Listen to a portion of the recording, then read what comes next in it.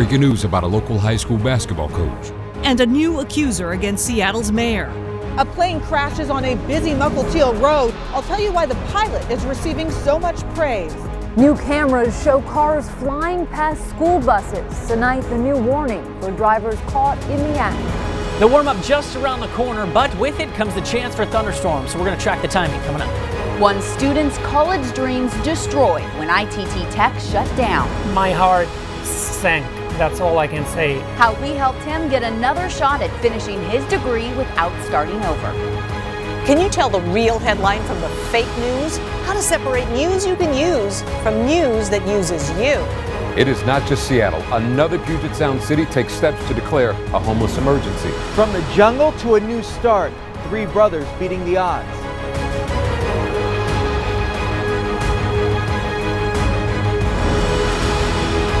We start with breaking news at 11. Nathan Hale basketball coach Brandon Roy was shot this weekend while in California. King 5 Mornings anchor Steve Bunin joins us right now. And Steve, you were actually able to confirm this. Yeah, David, Lori, sources tell me Roy was shot while at an outdoor gathering in the Los Angeles metro area. Multiple sources say he is back in the Seattle area tonight and expecting a full recovery. Police are not providing details right now, but a source tells me Roy was an innocent bystander in what may be a gang-related shooting. In his first year as head coach at Nathan Hale, Roy led the Raiders to an undefeated season, the state championship, and the #1 ranking in the country. He graduated from Garfield High before becoming an All-American at UW. A 3-time All-Star for the Trailblazers in Portland, Roy's NBA career was cut short after just 6 seasons because of knee injuries. Again, King 5 has learned Brandon Roy was shot in Southern California but is now recovering here in the Seattle area. I did try to reach out to him but have not yet made contact. And of course, we're continuing to gather information. You guys will check out our king5.com and Facebook page for the latest details. And I'll be back in just a few hours on King 5 Mornings with the latest as well. And the main thing is that he's recovering. As far as we know, he's recovering and expecting a full recovery as well. All right, Steve, thank you. And more breaking news, new allegations against Seattle Mayor Ed Murray. So a 4th man now says that when he was a teenager, he got money to have sex with the mayor. King 5's Susanna Frame joins us live right now with what we know so far. Susanna. David, we've just gotten a statement from the mayor's spokesperson who says the mayor does not know this man and that this latest allegation is a sensational media stunt and ambush copycat false accusation. Susanna, thank you. Now, dramatic new video into our newsroom tonight of this afternoon's plane crash in Mukilteo. Now, be aware, despite the scary images, no one was hurt. So keep an eye on the right side of the screen. The airplane comes crashing through, hits power poles, and bursts into flames before crashing out of frame. We're going to show this to you again because it's so remarkable. Sparks, fireball, crash. As King 5's Natalie Swaby explains, it happened shortly after the plane took off from Payne Field in Snohomish County. Sitting at a red light, drivers suddenly found themselves in disbelief. We saw the King 5 News. It was like a major disappointment. Looking at all the time I put in this and knowing that I'm not going to be able to achieve what I planned, it's very disappointing. He spent thousands of dollars on college only to find out his credits were essentially useless. And he's not alone. Roughly 35,000 students got the same bad news when ITT Tech went belly up 6 months ago. Valentine Lessie called consumer reporter Danielle Lee, and she helped him catch a break. Danielle, what's the very latest? David, the problem is with ITT Tech's credits. In many cases, they aren't transferable. And that means many of those students caught up in the college's meltdown are being told to pay again and repeat those classes elsewhere, or just forgo completing their degree. Thanks, Danielle. If you have a story for the King 5 investigators, drop them a line at 888-K5-STORY or send them an email, investigators@king5.com. We deactivated our Facebook accounts. It's propaganda. In the age of all this fake news, how do you tell what's real and what's fake? Next, we launch a new series to separate fact from fiction.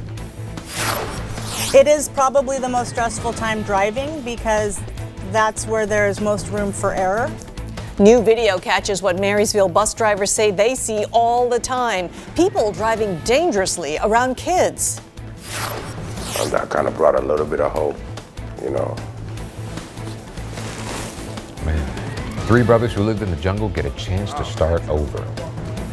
The Storm Prediction Center just now updated its severe weather outlook for Thursday, and it now includes the Seattle area. We're going to break down the timing and what you can expect when we come back.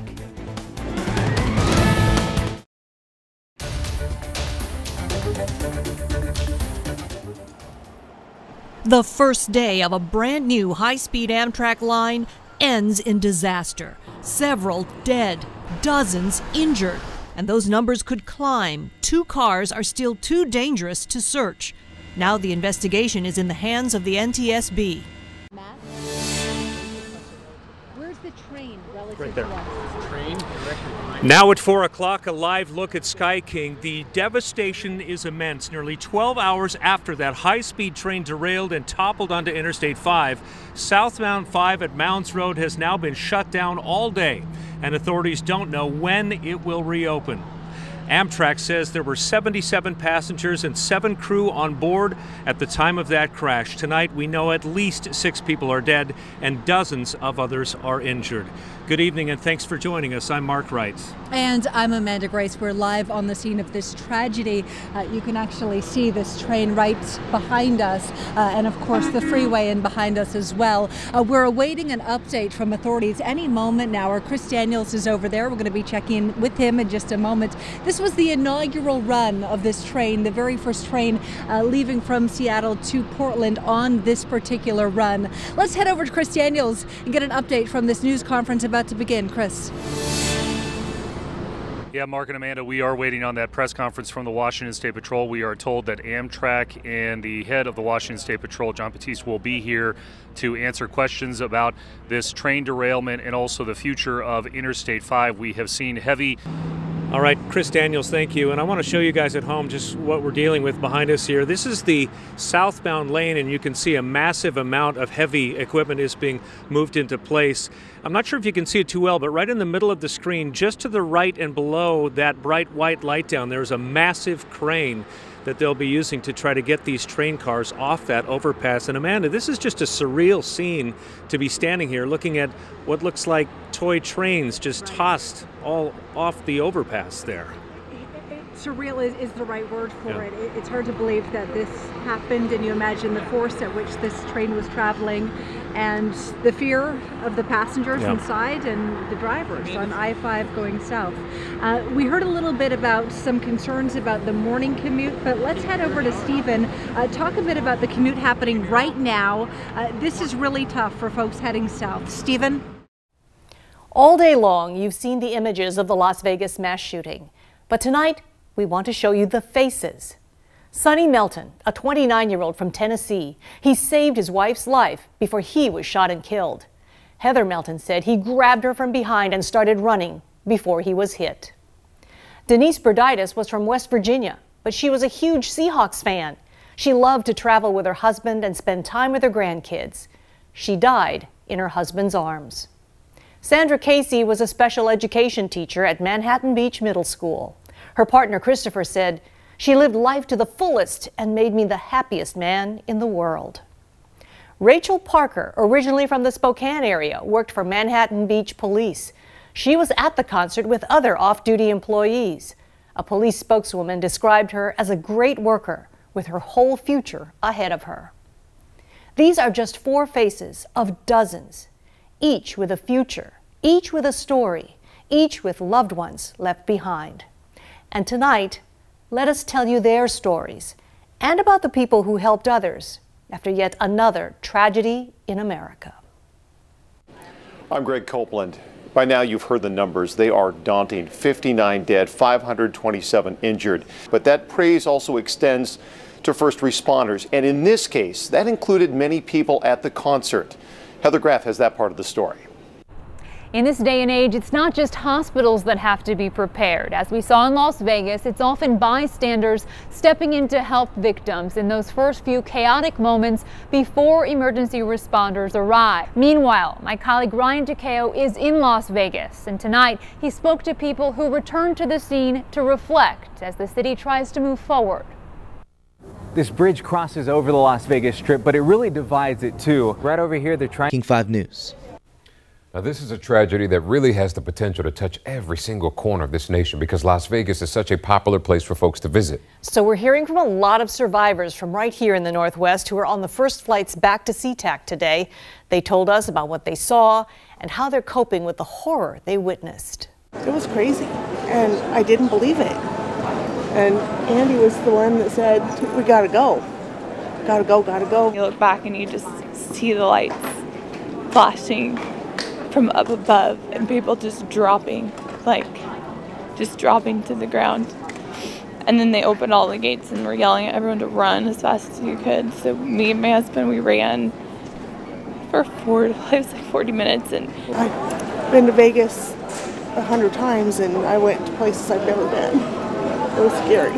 It was horrible. And so many people died. I can't do it anymore. Sorry, guys. Just seeing all the people just drop. It's hard. It's a hard. I don't know when I'm going to be able to sleep normal. It'll probably be a while. Pierce County Sheriff Detective Ed Troyer was in Las Vegas for a conference when the shooting happened. He was at the REO Speedwagon concert in a separate area, headed back to his hotel when he encountered the aftermath of the shooting. Tonight, he described what happened next. Masses of other people were coming the other direction, obviously fleeing the shooting, had some injuries, and people were separated and lost loved ones, and a lot of tears, and it was something that I hope to never see again in my whole entire life. You always think about anywhere that this could happen in the world, but what we did notice down here was the training that they've obviously had. We had medics in bulletproof vests and Kevlar helmets and secured vehicles, and many ambulances showed up. It was very coordinated, and the citizens and the concert goers and probably tourists all helped and got involved. So it was a really good side of humanity to see when somebody demonstrated the worst side of humanity. Troyer said in this scenario, law enforcement doesn't want people just jumping in, so he guarded a police patrol car while officers rushed to the scene. And tonight, this, an eerie sight in Vegas. So if you've been there, you know the city strip, usually it's glowing neon 24 hours a day, right? Well, the lights were dimmed to honor victims of the shooting. The Space Needle right here in Seattle went dark as well. Tonight, people gathered at visuals across Vegas to remember the victims and first responders who put their own lives on the line. What you're looking at right here is a live look at the Mandalay Bay tonight. This is where the shooter hid while shooting at a crowded outdoor concert down below. Investigators say in that room, they found 23 guns, mostly rifles. Detectives are also searching 64-year-old Stephen Paddock's home, and they're looking for more clues as to why he did what he did. They also searched his home and found 19 more guns, along with explosives and several thousand rounds of ammunition. In the aftermath of the shooting, a warning about fake stories being spread throughout social media. King 5's Natalie Swaby breaks down some of the bad information that's out there. That's right. Since the mass shooting, there have been rumors and conspiracies that have been spreading online at King 5 News. Natalie, thank you. So folks, you might be asking yourself, how can you help from all the way over here in Washington? Well, there are some different ways to get involved. First, there's a need for blood. BloodWorks Northwest is seeking donations. It got a call for help from Las Vegas and sent the units it could spare. You can head to one of the Northwest centers to donate to ensure that our local supply is sufficient. Also, there is a GoFundMe account set up by the Clark County Commission chair. It has already raised more than $2.8 million and it continues to climb. We have a link with the information on both of these options on our website, king5.com. We'll be right back. Evil showed its face last night, but love is showing its face this morning. What we're witnessing here today, we're witnessing heroes of all shapes and sizes and different backgrounds and different races and colors of skin. There's so many people that stayed with the wounded, you didn't know who they were. They stayed, so there's a lot of heroes out there. But we can take solace knowing that even the darkest space can be brightened by a single light. After nearly 4 years, 1.75 miles, and hundreds of millions of dollars in cost overruns, it all came down to this. The moment Bertha finally crashed through the concrete and emerged on the other side of the new Highway 99 tunnel. The only thing stronger I think I've seen is King Kong, and now we got ourselves a tunnel. Wow, drone video shows that moment up close. 2 years late, but finally here in what is known as the disassembly pit, the new entrance to Seattle's future. Finally complete. Welcome to King 5 News at 10 o'clock. I'm Greg Copeland. And I'm Amanda Grace. Well, the digging may be done, but the work to reshape how we get around Seattle is far from over. We'll take a closer look at that coming up next. First, though, King 5's Lori Matsukawa breaks down the process today. And Lori, we're pretty lucky that there was a whole bunch of different ways that we could watch this all happen. We sure were lucky, Amanda. Greg, we have some video from Sky King, drone video from WashDOT, and of course, some ground images of the big emerge. After years of waiting, Bertha's big breakthrough came with a flood. After nearly 2 miles of digging under Seattle, Bertha has finished her job. Okay, is it just me or did it remind you of childbirth? So, what's next for the tunnel project? Okay, crews will spend the next few days removing steel support braces that are between Bertha and the interior of the disassembly pit. When the braces are gone, Bertha will continue forward and will eventually nestle into a cradle so crews can start cutting the machine into pieces for removal. In the next 4 to 5 months, crews will finish the rings of the tunnel, and then they'll need to build the double-deck highway inside. So work is far from done to get the tunnel ready for traffic. That'll be in 2019. Back to you. Okay, Lori, thank you. It's not only the tunnel. Crews have to tear down the viaduct too and finish the waterfront project. King 5's Heather Graff is live at 10. And Heather, Bertha's breakthrough, I'm guessing, is a welcome sight for a lot of people ready to see a lot of change along the waterfront. Well, absolutely, and that's because this puts the city one step closer to taking down the Alaskan Way Viaduct. And signs already posted here near Pier 59 give you a glimpse at the 26 block waterfront park planned for this area once the viaduct is gone. Over here, you'll see an image of what the waterfront currently looks like, and here is what it will eventually look like. Again, all of this hinging on the removal of the viaduct, which is why Seattle Mayor Ed Murray today called this a major construction milestone in the plan to reclaim Seattle's waterfront. For now, we're live tonight along the waterfront. Heather Graff, King 5 News. Okay, Heather, thank you. So what will the future changes to the waterfront mean for property values in the area? In the long term, there should be some great waterfront views, but in the short term, tearing down the viaduct could mean falling prices. Tomorrow on King 5 Mornings, Jake Wittenberg will look at the problems that some owners could face down the road. Despite the big breakdown, the delay, the overruns, a lot of people point out that the result here of what Bertha did is just an amazing accomplishment. And today we talked to UW professor Mark Hollenbeck, the director of the Washington State Transportation Center, about this engineering feat. It's amazingly impressive. It's the world's biggest tunneling machine. It went 2 miles through some pretty nasty stuff and came out the other end. That's, you know, any way you look at it, it's a great engineering feat. Is it on a par with the Golden Gate Bridge or the Channel? Probably not, but that doesn't make it any less impressive. So no, there's no direct comparison. You know, you can look at the big dig in Boston and say, we're only a couple $100 million over budget. They went, you know, 18 billion or whatever the number was. So, you know, in that comparison, we're stars. Seattle will be different. There's no doubt about that, and better.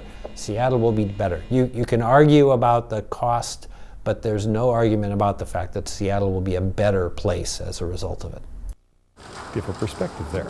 Hollenbeck says it is common for giant engineering projects to have those cost overruns because you're just testing the boundaries of a lot of new technology. When Bertha entered that disassembly pit today, this huge cloud of steam and dust came with her. The contractor says it warned neighbors near the north portal about the dust. But if you do experience problems, you can contact the AWV hotline at 1-800-AWV-LINE. Again, 800-AWV-LINE. We're also going to have that number on our website, king5.com. So overall, a lot of people just say this is a monumental day. I mean, you were out there this afternoon, and What was it like? Yeah, so we arrived after the dust settled, literally and figuratively. It was pretty quiet there because Bertha had already stopped the digging, but didn't stop people from coming by. Everybody wanted to take a look. And they do have a lot of fencing up. It's just not safe for people to get too close, but a lot of families, a lot of parents with kids coming down and trying to sort of peek through that fencing and get a look at this thing that's been underground for almost a year now. Probably a better view from either the drone or all the cameras that were set up. Yeah, better check the live feed on WashDOT. You'll see it better there. Cool. All right. Well, you'll find a lot more of today's breakthrough and the history of the tunnel project by going to king5.com. Well, tomorrow the State House debates the next transportation budget, and Republicans are backing an amendment to that bill to let cities opt out of property tax increases to fund Sound Transit 3. That's the expansion of light rail and bus service across western Washington. Another amendment would prohibit the Department of Licensing from collecting higher car tab fees from cities or counties which opt out of Sound Transit 3. A live look over Seattle tonight, the end of a 60-degree day. Oh, but what a day it was. King 5 meteorologist Jordan Steele is here to bring us back to reality. Did you enjoy it? Yes. For a moment. I think 2 hours. We were right there at 60. So I hope you guys at home got to enjoy it as well. I know it's 60 degrees. It seems like that's the magic number that we've been trying to get to.